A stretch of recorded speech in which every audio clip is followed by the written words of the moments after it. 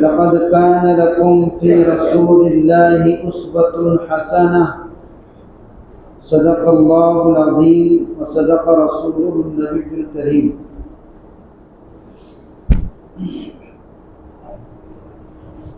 محترم و معزز سامعین کرام،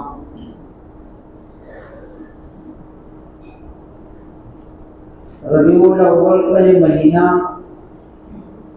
رسول اللہ صلی اللہ علیہ وسلم کی حیات طیبہ سے بہت مناسبت رکھتا ہے۔ اللہ کے نبی صلی اللہ علیہ وسلم کی دنیا کے اندر آمد اور آپ کی اس دنیا سے رخصتی دونوں کا تعلق اسی ماہ سے ہے۔ اس لیے اللہ کے رسول صلی اللہ علیہ وسلم کی سیرت طیبہ کو اس مہینے سے خاص مناسبت ہے۔ ہم کو اللہ کے رسول صلی اللہ علیہ وسلم کی مکمل سیرت معلوم ہونا چاہیے، اس لیے کہ ہمارے لیے نمونہ، ہمارے لیے آئیڈیل، اور جس چیز کو دیکھ کر ہم اپنی زندگی کو درست کر سکتے ہیں وہ صرف اور صرف رسول اللہ صلی اللہ علیہ وسلم کی حیات طیبہ ہے۔ لقد كان في رسول الله أسوة حسنة۔ اللہ رب العزت فرماتے ہیں کہ تمہارے لیے رسول اللہ صلی اللہ علیہ وسلم کی حیات طیبہ میں ایک بہترین نمونہ ہے۔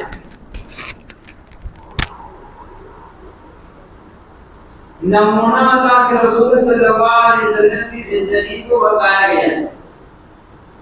کسی اور کی زندگی، کسی اور کو ہمارے لیے نمونہ نہیں بنایا گیا۔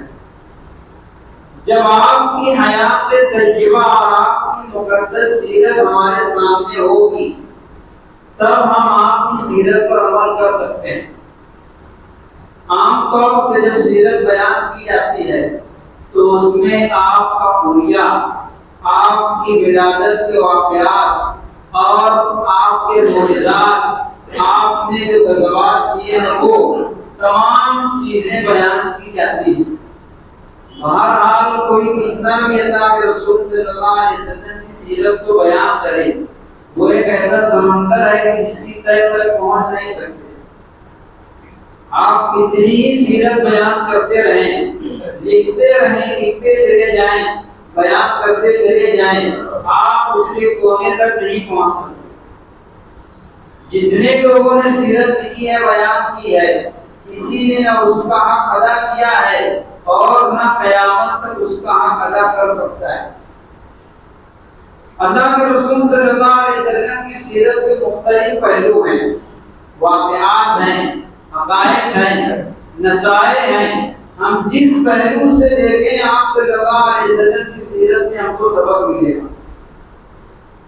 آپ کی سیرت کو یاد رکھنے کے لیے آسان طریقہ ہے، آپ کی زندگی کو 3 حصوں میں تقسیم کر لیا جائے۔ آپ صلی اللہ علیہ وسلم کی پوری حیات طیبہ کے 3 حصے ہیں۔ ایک حصہ آپ کی زندگی کا نبوت ملنے سے پہلے کا ہے۔ آپ صلی اللہ علیہ وسلم کی مکمل عمر 63 سال ہوئی ہے۔ ان 63 سالہ زندگی کے 3 حصے ہیں۔ ایک حصہ آپ کی نبوت سے ملنے کے پہلے کا ہے، جو 40 سال پر مشتمل ہے۔ 40 سال کی عمر میں اللہ کے نبی صلی اللہ علیہ وسلم کو نبوت عطا کی گئی۔ اس سے پہلے کا حصہ ایک ہے، اور آپ کی زندگی کا دوسرا حصہ نبوت ملنے کے بعد سے ہجرت تک، جب تک آپ نبوت ملنے کے بعد مکی زندگی کے اندر رہے، مکہ میں رہے، وہ 13 سال، اس طرح 53 سال ہو گئے۔ اور مدینہ طیبہ ہجرت فرما جانے کے بعد وہاں پر 10 سال۔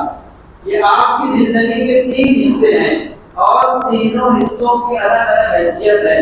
تینوں حصے میں ہم کو الگ الگ سبق ملتے ہیں۔ آپ کی نبوت سے پہلے کی زندگی الگ ہے، نبوت ملنے کے بعد زندگی الگ ہے اور ہجرت فرما جانے کے بعد مدینہ تجربہ کی زندگی الگ ہے۔ تینوں میں ہمارے لیے نمونہ ہے۔ عام طور پر جب یہ آیت پڑھی جاتی ہے اور اس کا ترجمہ کیا جاتا ہے کہ تمہارے لیے رسول اللہ کی زندگی میں ایک نمونہ ہے، اچھا نمونہ ہے، تو مسلمان عام طور سے سمجھتے ہیں کہ آپ کی صرف وہ زندگی ہمارے لیے نمونہ ہے جو نبوت ملنے کے بعد کی ہے۔ نبوت ملنے کے بعد سے 23 سال کی زندگی میں ہمارے لیے نمونہ ہے۔ حالانکہ حقیقت یہ ہے کہ جس طرح سے ہمارے لیے نمونہ آپ صلی اللہ علیہ وسلم کی زندگی نبوت ملنے کے بعد ہے، ویسے ہی آئیڈیل اور نمونہ ہمارے لیے آپ کی زندگی نبوت ملنے سے پہلے کی ہوئی۔ نبوت ملنے سے پہلے کی 40 سالہ زندگی، اس میں بھی ہمارے لیے بہت سارے اسباب ہیں۔ سیرت سے ہم کو سبق حاصل کرنا چاہیے کہ اللہ کے نبی صلی اللہ علیہ وسلم کی یہ سیرت ہے یا آپ کی عادت ہے یا آپ کی خصلت ہے، تو ہم کو اس سے کیا سبق ملتا ہے۔ ہم اللہ کے نبی صلی اللہ علیہ وسلم کی حیات تجربہ کا جو پہلا حصہ ہے، آپ کی نبوت ملنے سے پہلے والا حصہ، اس میں ہم غور کریں تو اس میں ہمارے لیے بے شمار اسباب ہیں، بے شمار نصیحتیں ہیں۔ اللہ کے نبی صلی اللہ علیہ وسلم کی دو بہت نمایاں صفت اور بہت نمایاں وصف جو نبوت ملنے سے پہلے بیان کیے جاتے ہیں، وہ ہیں صادق اور امین۔ کفار مکہ، مشرکین مکہ آپ کو صادق اور امین کے نام سے یاد کیا کرتے تھے۔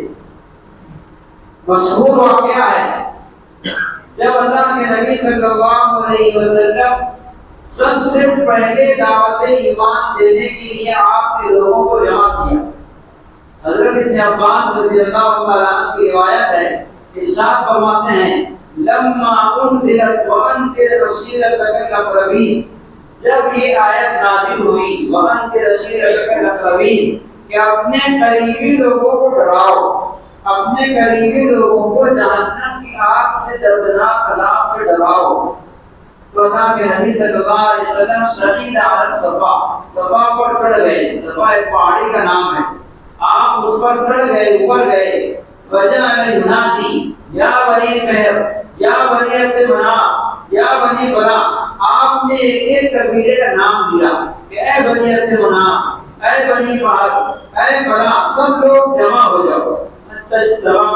تمام لوگ جمع ہو گئے، حتیٰ کہ آپ کے اعلان کی اتنی اہمیت ہوئی کہ جو شخص خود سے چل نہیں سکتا تھا، آ نہیں سکتا تھا، اس نے اپنے قاصد کو بھیجا کہ جاؤ دیکھو کیا بات ارشاد فرماتے ہیں۔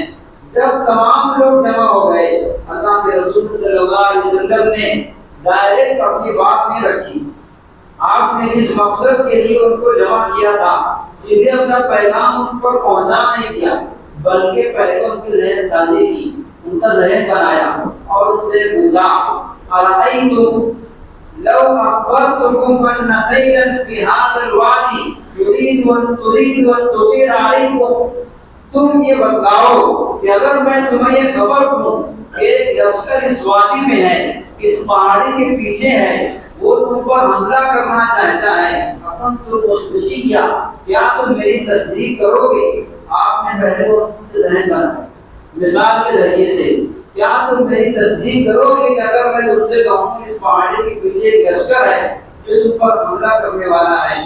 تو سب نے کہا تھا ما جربنا علیک الا صدقا، زندگی میں ہم نے صرف اور صرف آپ کو سچ کہتا ہوا ہی پایا ہے۔ دوسری روایت میں ہے ما جربنا علیک کذبا، ہم نے کبھی آپ کو جھوٹ بولتا ہوا نہیں پایا۔ انہوں نے یہ نہیں کہا کہ ہم آپ کی تصدیق کریں گے، بلکہ یہ کہا کہ ہم نے زندگی میں آپ کی زبان سے جھوٹ سنا ہی نہیں ہے۔ ما جربنا علیک الا صدقا، تو کیوں ہم آپ کے بات کی تصدیق نہ کریں؟ آپ صلی اللہ علیہ وسلم نے اپنی بات رکھی، فقال انی نذیر لکم بین یدی عذاب شدید، میں تم کو دردناک عذاب سے ڈرانے کے لیے آیا ہوں، تمہارے سامنے اللہ کا دین پہنچانے کے لیے آیا ہوں، لا الہ الا اللہ پڑھ دو کامیاب ہو جاؤ۔ یہ واقعہ بہت مشہور ہے۔ ہم کو اس سے کیا سبق ملتا ہے؟ اللہ کے نبی صلی اللہ علیہ وسلم کی 40 سالہ زندگی نبوت سے ملنے کے پہلے کی بہت نمایاں وصف کفار و مشرکین جو آپ کے مخالف ہیں وہ یہ گواہی دے رہے ہیں کہ ماں جب رکھنا علیہ الا صدقا، ہم نے آپ سے سچائی کے علاوہ کبھی کوئی بات سنی ہی نہیں۔ ہم کو آپ کی اس صفت سے اور آپ کی زندگی سے یہ سبق ملتا ہے کہ اپنے اندر سچائی کی صفت پیدا کریں، صدق والی صفت پیدا کریں۔ رسول اللہ صلی اللہ علیہ وسلم کی زندگی ہمارے لیے نمونہ ہے۔ آپ کی سیرت صرف بیان کرنے کے لیے نہیں ہے، آپ کی سیرت صرف کہنے اور سننے کے لیے نہیں ہے، بلکہ آپ کی سیرت اپنانے کے لیے ہے، زندگی کے اندر لانے کے لیے۔ مسلمانوں کے اندر سے اس وقت بہت کثیر تعداد میں سچائی کی صفت نکل گئی۔ عام طور سے کاروبار کرنے والے، تجارت کرنے والے اپنے کاروبار کے اندر، تجارت کے اندر جھوٹ بول دیتے ہیں، سچائی کو چھپا لیتے ہیں، غداری کر دیتے ہیں، دھوکہ دے دیتے ہیں۔ یہ اللہ کے نبی صلی اللہ علیہ وسلم کی صفت کی بالکل مخالف چیز ہے۔ آپ نے ہم کو یہ سبق نہیں دیا۔ آپ نے تو فضیلت بیان فرمائی کہ وہ تاجر جو اپنی تجارت میں صدق و گوئی اختیار کرتے ہوں، سچی بات کہتے ہوں، التاجر الصدوق الامین مع النبیین والصدیقین والشہداء، کہ وہ تاجر جو اپنی تجارت میں سچ بولتا ہو، قیامت کے دن اس کا حشر اللہ تعالیٰ انبیاء، شہداء اور صدیقین کے ساتھ فرمائیں گے۔ تو آپ کی زندگی سے ہم کو یہ سبق ملتا ہے کہ اپنے اندر سچائی پیدا کریں۔ جھوٹ بولنا حرام ہے، کسی بھی مقصد کے لیے، کسی بھی غرض کے لیے جھوٹ کبھی نہ بولیں۔ اللہ کے نبی صلی اللہ علیہ وسلم کے حیات تجربہ کا ایک وصف یہ ہے۔ آپ کی زندگی کا، اسی زندگی کا جو نبوت کے ملنے سے پہلے کی زندگی ہے، دوسرا نمایاں وصف امین ہے کہ آپ امانت دار ہیں۔ پورے مکہ میں کہیں پر بھی اگر کسی کو سفر کرنا ہوتا، کسی کو باہر جانا ہوتا اور اپنی امانت کسی کے پاس رکھنا ہوتی تو پورے مکہ میں اللہ کے نبی صلی اللہ علیہ وسلم کے گھر کے علاوہ کسی کو اور کوئی نظر نہیں آتا۔ نبوت کے ملنے سے پہلے بھی تمام لوگ امانتیں آپ کے گھر رکھا کرتے تھے۔ اس لیے آپ لوگوں نے واقعات کے اندر سنا ہوگا، جب اللہ کے نبی صلی اللہ علیہ وسلم مکہ سے ہجرت فرما کر مدینہ تشریف لے جا رہے ہیں تو آپ نے حضرت علی کو یہ وصیت کی تھی اور یہ کہا تھا کہ بہت سے لوگوں کی امانتیں رکھی ہیں، بڑا بڑا کی امانت ان کو پہنچا دیں۔ وہ امانتیں اسی لیے رکھی تھی اور وہ امانتیں کفار و مشرکین کی تھی۔ ہمارے نبی پر ان کے مقتدی کفار و مشرکین جو ان کے دشمن ہیں وہ امانتدار نظر آتے ہیں، اس لیے کہ آپ نے اپنی نبوت ملنے سے پہلے کی زندگی میں کبھی کسی کے ساتھ خیانت نہیں۔ ہمارے اندر نبوت کو کہاں ہے؟ امانت داری کا۔ ہم کو اپنے اندر امانت داری پیدا کرنا چاہیے۔ اللہ کے نبی صلی اللہ علیہ وسلم کے حیات تجربہ سے ہم کو دوسرا سبق یہ ملتا ہے۔ اللہ کے نبی صلی اللہ علیہ وسلم کی نبوت ملنے سے پہلے کی زندگی میں ہمارے لیے اور بہت سارے اسباب ہیں۔ جب اللہ کے نبی صلی اللہ علیہ وسلم کی زندگی، آپ کی عمر 35 سال ہوئی تو کفار و مشرکین نے کعبۃ اللہ کی تعمیر کی۔ کعبۃ اللہ کی تعمیر وقتاً فوقتاً الگ الگ بڑھانے میں کئی مرتبہ ہوئی۔ ابھی اللہ کے نبی صلی اللہ علیہ وسلم کو نبوت نہیں ہوئی، اس وقت آپ کی عمر 35 سال ہے۔ کفار و مشرکین نے کعبۃ اللہ کی تعمیر کی۔ ان کے اندر یہ اچھائی اور خوبی تھی کہ کعبۃ اللہ کی تعمیر میں صرف جائز اور حرام مال صرف کیا کرتے تھے، ناجائز اور حرام مال اس میں لگاتے نہیں تھے۔ کعبۃ اللہ کی تعمیر ہو جانے کے بعد ابھی اس حصے کی تعمیر باقی تھی جو حتیم کا حصہ ہے۔ جو لوگ وہاں پر جاتے ہو دیکھے ہوں گے، جو حتیم کا حصہ ہے یہ بھی کعبۃ اللہ کا حصہ ہے، لیکن اس وقت جب وہ تعمیر کر رہے تھے ان کے پاس اتنی تعمیر ہونے کے بعد حلال مال ختم ہو گیا. انہوں نے کہا کہ اب ہم کعبہ کی تعمیر میں ناجائز بات صرف نہیں کریں گے. اتنا حصہ چھوڑ دیا گیا اور آج بھی وہ حصہ ویسے ہی ہے.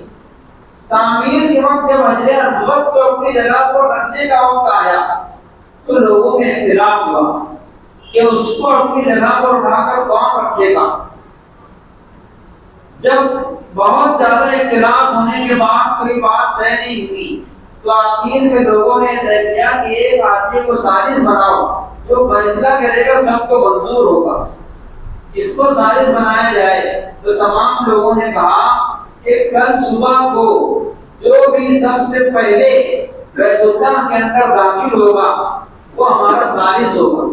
وہ جو فیصلہ کرے گا اس کی بات ہم تسلیم کریں گے. اللہ کے نبی صلی اللہ علیہ وسلم کی پہلے سے عادت تھی. نبوت کرنے سے پہلے آپ عبادتیں کیا کرتے تھے. صبح صادق ہونے کے بعد سب سے پہلے بیدار ہوتے اور مسجد کے اندر تسبیح قائم کرتے. کل کے دن صبح صادق کے بعد سب سے پہلے اندر آنے والے شخص اللہ کے نبی صلی اللہ علیہ وسلم. لوگوں نے آپ کو اپنا سازش بنایا اور کہا کہ جو فیصلہ کرے کہ ہم کو منظور ہے. آپ نے حکمت اور دانائی کے ساتھ یہ فیصلہ کیا ایک چادر کے اندر اس پتھر کو رکھ دیا جائے. ہر قبیلے کا بڑا شخص جو سردار ہے وہ اس چادر کو پکڑے اور پکڑ کر کے اس کو اس کی جگہ پر لے جایا جائے. اس طرح کیا گیا. اللہ کے نبی صلی اللہ علیہ وسلم نے وہاں جانے کے بعد پتھر کو اپنے ہاتھ سے اس کی جگہ پر نصب کر.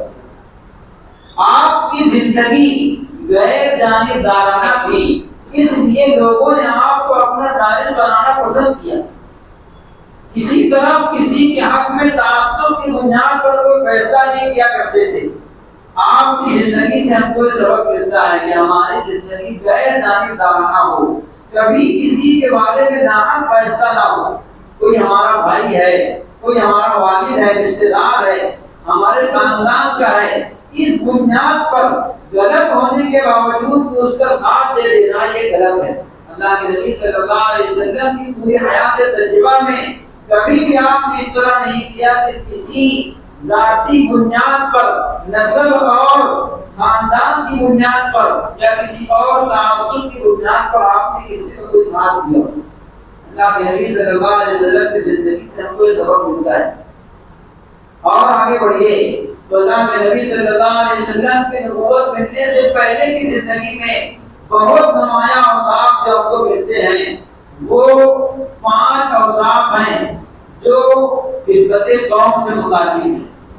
5 اوصاف اللہ کے نبی صلی اللہ علیہ وسلم کی حیات تجربہ کی نبوت ملنے سے پہلے جو آپ کی زندگی کا مشغلہ تھا اس کا تعلق حقوق العباد سے ہے, لوگوں کے اخلاق سے ہے, لوگوں کی خدمت سے ہے. آپ نے اپنی اس زندگی سے ہم کو یہ سبق دیا ہے کہ اپنی زندگی دوسروں کے لیے جیے, اپنی زندگی دوسروں کے لیے گزاریں. جب اللہ کے نبی صلی اللہ علیہ وسلم کو نبوت ملی, واقعہ مشہور ہے, آپ بہت گھبرائے ہوئے تھے کیونکہ وحی ربانی پہلی مرتبہ آپ کے قلب اطہر پر نازل ہوئی. پہلی مرتبہ آپ کے دل میں وحی آئی, سینے پر وحی آئی تو آپ اس کو برداشت نہیں کر سکتے. بہت تکلیف ہوئی. غار حرا سے فوراً گھر آئے اور حضرت خدیجہ رضی اللہ تعالیٰ عنہا آپ کی زوجہ تھی. کہا کیا ہوا؟ لقد خشیت علی نفسی. اللہ کے نبی صلی اللہ علیہ وسلم فرما رہے ہیں مجھے اپنے آپ پر اندیشہ ہو رہا ہے, ایسا لگتا ہے کہ میں اپنی جان دے دوں گا. لقد خشیت علی نفسی, میں اپنے آپ پر بہت خوف محسوس کر رہا ہوں. اس وقت حضرت خدیجہ رضی اللہ تعالیٰ عنہا نے آپ کو جو تسلی دی اور جو دلاسا دیا وہ آپ کے 5 اوصاف جو زندگی کے اندر تھے ان کا حوالہ دے کر دیا اور کہا کلا واللہ لا یخزیک اللہ ابدا. ہرگز نہیں, ہرگز نہیں, اللہ تعالیٰ آپ کو کبھی بھی رسوا نہیں کریں گے, آپ کو اللہ تعالیٰ کبھی بھی رسوا نہیں کریں گے. اس کی وجہ یہ ہے سب سے پہلا وصف بیان کیا انک لتصل الرحم, آپ صلہ رحمی کرتے ہیں, آپ رشتوں کو جوڑتے ہیں اور لوگوں کے آپسی تنازعات کو ختم کرتے ہیں. یہ آپ کا پہلا وصف ہے انک لتصل الرحم, آپ صلہ رحمی کرتے ہیں. ہم لوگوں کا حال یہ ہے، میں نے پہلے کہا اللہ کے نبی صلی اللہ علیہ وسلم کی سیرت صرف کہنے اور سننے کے لیے نہیں ہے، عمل میں لانے کے لیے ہے۔ ہمارا حال یہ ہے کہ اگر ہمارے ساتھ کوئی اچھا برتاؤ کرے گا تو ہم ان کے ساتھ اچھا کریں گے، اگر کوئی ہمارے ساتھ صلہ رحمی کرے گا تو ہم کریں گے، کوئی ہم کو عطا کرے گا تو ہم اس کو دیں گے۔ صلہ رحمی اس کو نہیں کہتے، صلہ رحمی یہ ہے کہ اگر کوئی ہم سے قطع تعلق ہو تو ہم اس سے تعلق کو جوڑیں، جو ہم کو نہ دے اس کو دیں، جو ہم کو نہ پوچھے اس کو پوچھیں۔ اتنا کہتا تھا صلہ غریب، اے اللہ کے نبی آپ صلہ رحمی کرتے ہیں، یہ آپ کا پہلا وصف ہے۔ دوسرے نمبر پر بیان کیا وَتَقْسِمُ الْمَعْدُومَ، اور اپاہج اور کمزور لوگوں کے لیے کماتے ہیں، آپ کماتے ہیں، جہاں پر آپ کے کمانے کا مقصد اپنی ذات ہے وہیں پر آپ کے کمانے کے مقاصد میں یہ بھی شامل تھا کہ میں کمزوروں کی مدد کروں، اپنے علاقے اپنے بستی کے کمزوروں کی مدد کروں۔ وَتَقْسِمُ الْمَعْدُومَ، آپ دوسروں کے لیے کماتے ہیں، اپاہج اور کمزور لوگوں کے لیے کماتے ہیں۔ وَتَحْمِلُ الْكَلَّ، اور لوگوں کا بوجھ اپنے سر پر اٹھاتے ہیں۔ بوجھ سے مراد صرف وزنی بوجھ نہیں ہے، کسی طرح کا بوجھ ہو آپ لوگوں کا بوجھ خود برداشت کرتے ہیں۔ اللہ کے نبی صلی اللہ علیہ وسلم کی زندگی کا تیسرا وصف ہے۔ چوتھا وصف بیان کیا وَتَقْرِضُ، آپ مہمان نوازی کرتے ہیں، اور پانچواں وصف جو بیان کیا ہے وہ یہ ہے وَتُعِينُ عَلَى نَوَائِبِ الْحَقِّ، حق کے راستے میں آنے والی جتنی بھی تکالیف و مصیبتوں آپ اس کو دور کرتے ہیں۔ آپ بتائیے یہ 5 اوصاف جس کا حوالہ حضرت خدیجہ رضی اللہ تعالیٰ عنہ دے رہی ہیں، کس وقت دے رہی ہیں؟ ابھی آپ کو نبوت ملی ہے، 40 سال کی عمر ہے، اسی وقت یہ کلمات کہہ رہی ہیں۔ اس سے یقیناً یہ سمجھ میں آتا ہے کہ آپ کے سب کام نبوت کے ملنے سے پہلے کے ہیں۔ نبوت ملنے کے بعد کی زندگی تو آپ پڑھیے پڑھتے رہیے، بے شمار اسباب ملیں گے۔ یہ وہ نصیحتیں ہیں، یہ وہ عبرتیں ہیں جو ہم کو آپ کی زندگی کے اس پہلے حصے سے ملتی ہیں جس میں آپ کو نبوتیں ملی ہیں۔ یہ ہمارے لیے نمونہ ہے جو اللہ کے نبی صلی اللہ علیہ وسلم کے اوصاف بیان کیے گئے۔ صلہ رحمی کرنا، لوگوں کا بوجھ اپنے سر پر اٹھانا، جس کو ہم لوگ کہتے ہیں خدمت خلق۔ اللہ کے نبی صلی اللہ علیہ وسلم کی 40 سالہ زندگی نبوت سے ملنے کے پہلے کی وہ خدمت خلق کے اندر گزری۔ خدمت خلق ایک بہت بڑا شعبہ ہے، آپ کی زندگی سے بہت بڑی نصیحت، بہت بڑا سبق ہم کو یہ ملتا ہے کہ مخلوق کی خدمت کے لیے اپنے آپ کو زندہ رکھنا، اسی کو انسانیت کہتے ہیں۔ مولانا ثانوی رحمۃ اللہ علیہ فرمایا کرتے تھے کہ اگر کسی کو بہت بڑا ولی بننا ہو، کسی کو بہت بڑا متقی اور زاہد اور صوفی بننا ہو تو کسی اور خانقاہ میں جائے، میرے یہاں پر تو انسان بننے کے لیے ہے۔ اس لیے کہ ولی بننے سے پہلے، بزرگ اور زاہد بننے سے پہلے انسان بننے کی ضرورت ہے۔ اور یہ کہتے تھے کہ ولی بن جانا آسان ہے، زاہد بن جانا آسان ہے، انسان بن جانا بہت مشکل ہے۔ جب تک ہمارے اندر انسانیت نہیں آئے گی تب تک ہم ایمان اور اسلام کے اعلیٰ درجے پر نہیں پہنچ سکتے۔ پہلے انسان کے اندر انسانیت آنا چاہیے۔ انسان کس کو کہتے ہیں؟ اگر کوئی آپ سے پوچھے کہ انسان کی تعریف کیا ہے تو آپ یہ کہیں گے کہ جس کے 2 ہاتھ ہو، 2 پیر ہوں، وہ نظر سے دیکھتا ہو۔ اور آپ اگر غور کریں تو یہ چیزیں جانوروں کے اندر بھی ایسا کوئی نمایاں وصف جو انسان کی تعریف کر سکے اور صرف انسان پر صادق آئے۔ اگر آپ سے کوئی پوچھے تو آپ کیا کہیں؟ انسان کس کو کہتے ہیں؟ ہمارے استاد جامعہ کلمہ کے شیخ الحدیث وہ فرماتے ہیں کہ انسان کی تعریف اگر 2 لفظوں میں کی جائے تو انسان کی تعریف یہ ہے کہ انسان وہ ہے جو دوسروں کے لیے زندگی گزارے۔ انسان وہ ہے جو زندگی دوسروں کے لیے جیے، اپنے لیے نہ جیے۔ اس کی زندگی کا مقصد دوسروں کی خدمت ہو، دوسروں کا فائدہ پیش نظر ہو، جو دوسروں کا درد اپنے سینے کے اندر رکھتا ہو وہ انسان۔ اگر ہم کو دوسروں کا درد محسوس نہیں ہوتا تو جانور بھی ایسی زندگی گزارتے ہیں۔ اگر آپ غور کریں تو اپنی تکلیف محسوس جانور کو بھی ہوتی ہے۔ اگر ہم نے اپنی تکلیف کا احساس کیا، دوسروں کی تکلیف کا احساس نہیں کیا تو ہمارے میں اور جانوروں کے اندر کیا فرق ہے؟ اس لیے انسانیت یہ ہے کہ دوسروں کا درد اپنے دل کے اندر پیدا کریں، خدمت خلق کا جذبہ رکھیں۔ خنجر پڑے کسی پر تڑپتے ہیں ہم امیر، سارے جہاں کا درد ہمارے جگر میں ہے۔ وہ اللہ کے نبی صلی اللہ علیہ وسلم کا وصف تھا، خدمت خلق، اپنے اندر انسانیت پیدا کریں۔ اگر ہمارے گھر کے اندر روٹی نہیں بنی، ایک دن کھانا نہیں بنا، ہمارے بچے رو رہے ہیں، ہمارے بچوں کا رونا دیکھ کر کے ہم کو رونا آ گیا تو کوئی بڑی بات نہیں ہے۔ بڑی بات تو تب ہے کہ اس طرح اپنے بچے کے رونے پر رونا آیا۔ کبھی پڑوس کے بچے بھی اگر رو رہے ہوں بھوک کے مارے تو ہم کو رونا آ جائے۔ کبھی گلی کے اندر، محلے کے اندر کوئی محتاج ہے، کوئی لاچار ہے، کسی کے پاس کھانے کے لیے نہیں ہے، اس کو دیکھ کر کے ہماری آنکھ آنسو بہا دے، یہ انسانیت ہے۔ انسانیت کا درد اپنے اندر رہنا چاہیے۔ اللہ تعالیٰ ہم کی توفیق عطا فرمائے۔ باقی دعوانا الحمدللہ رب العالمین۔